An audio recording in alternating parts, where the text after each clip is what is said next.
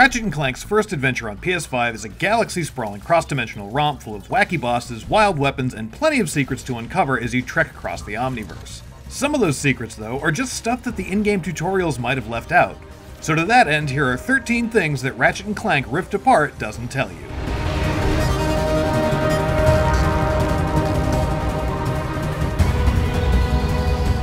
First off, fattening your wallet is a big part of pretty much every game, but it's like crazy important in Ratchet and Clank. Bolts are Rift Apart's main currency, and if you can't afford to buy new weapons when they show up, you'll risk falling behind, especially on harder difficulties. Getting as bolt rich as possible is hugely important, so make sure that you take the time to smash every box in sight and be sure to sweep each battlefield after a fight, since you won't automatically collect every bolt an enemy drops. You can also go hunting for stockpiled crates around each level for a bonus infusion of some much needed extra cash, and if you really want to make sure that you're getting every single one, use the bolt replacement cheat.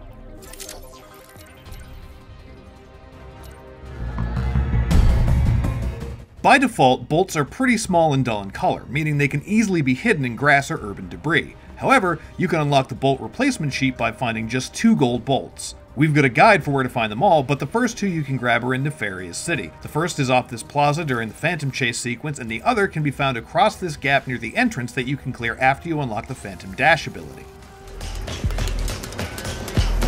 The cheat lets you change the appearance of bolts into stuff like classic video game coins or cans of Overcharge from Sunset Overdrive, but we recommend doing the orbs since they glow bright blue. You might be worried about using cheats though for fear that you won't be able to save your progress, but no worries, cheats don't stop progress.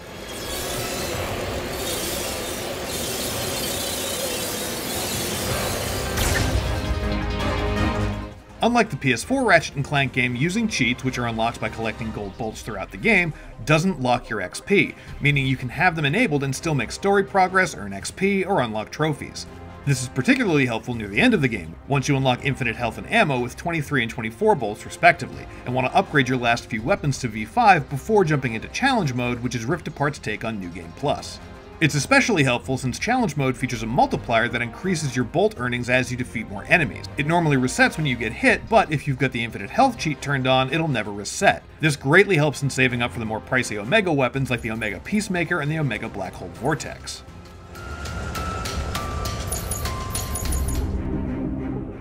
Unlike some games, there are no penalties for playing Rift Apart on an easier difficulty. The only difference between each setting is the damage, health, and speed of your opponents. There are no difficulty-related trophies in the game, none of the content is locked out, and it doesn't force you to wear some mean baby bib or a chicken hat. You're also not punished for changing the difficulty mid-game, and it doesn't even require a checkpoint reset. Similarly, if you're finding the glitch or clank sections a bit too challenging and just want to get back to smashing and shooting, you can just skip the whole section by pausing the game and selecting the skip puzzle option. This is especially handy on your second playthrough when you're trying to farm weapon XP and might not be interested in fiddling with speed orbs. Doing this won't void any rewards that drop in those sections though, so no worries there either. Now we can deal with the clock. In addition to purchasing upgrades from Ms. Zircon, you'll level up the weapons you've unlocked so far by using them in combat.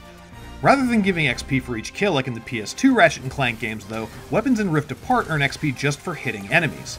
This means you can still use weak weapons that you need to level up on strong enemies, but be warned, level 5 weapons don't earn XP.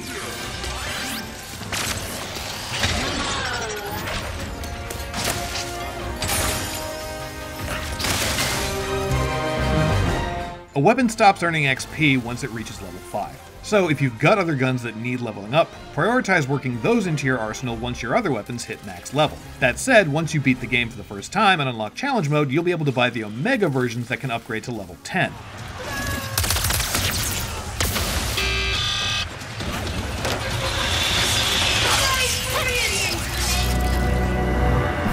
You may notice that when you use the Phantom Dash, there's a small window where your Lombax loses momentum as the dash ends. This can be the difference between life or death in the middle of a fight, so one way around it is to jump first. When you do that, you'll no longer slow down coming out of those dash, allowing you to keep up your flow of movement.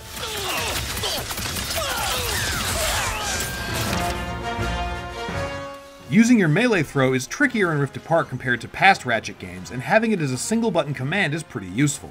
For example, enemies hit by the Cold Snap are often one-hit wrench kills, and you can collect distant bolts with it too. You can remap your melee throw to the D-pad in the accessibility options menu. That said, your melee weapon is the only weapon in the game that doesn't earn XP, so using it to kill enemies regularly might be a waste of XP that could be going towards upgrading a new weapon.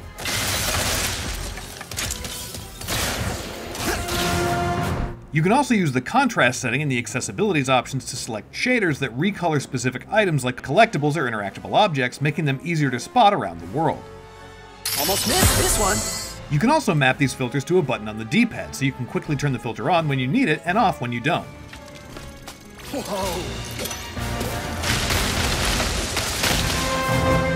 As you explore the levels of Rift Apart, the map will start filling in pink around where you've been. If you've run by any collectibles like gold bolts or spy bots or caches of raritanium, they'll be marked on your map. You can also unlock the Map-O-Matic later in the game, which automatically adds all collectibles and, perhaps more importantly, those raritanium stashes to your map when you revisit an area. Challenge Mode offers 2 brand new weapons, plus nifty Omega versions of all the others, and they all have additional mod slots you can buy with raritanium, so it's a good idea to try and save up at least 20 to 30 before starting Challenge Mode, which you can easily earn by completing a few runs through the Twice as Nice Arena Challenge, or cut that down to 1 or 2 if you've unlocked the Praetorian armor set.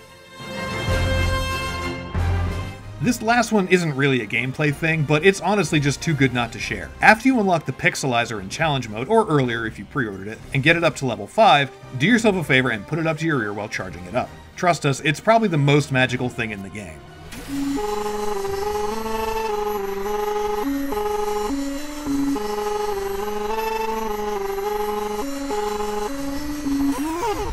So those are our tips for Ratchet and Clank's latest adventure.